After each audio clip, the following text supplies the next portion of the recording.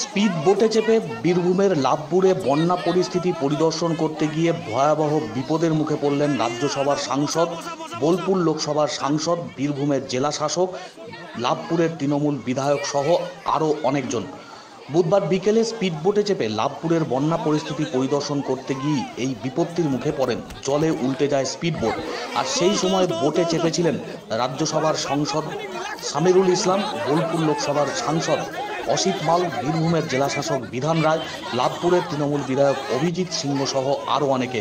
তড়িঘড়ি স্থানীয়দের সহযোগিতায় তাদেরকে জল থেকে উদ্ধার করা হয়।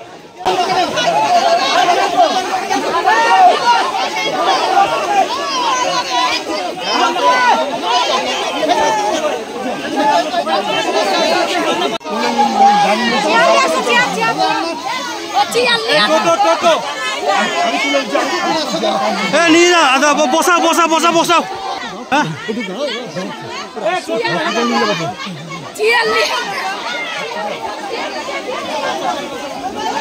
উঠে যা উঠে যা উঠে যা।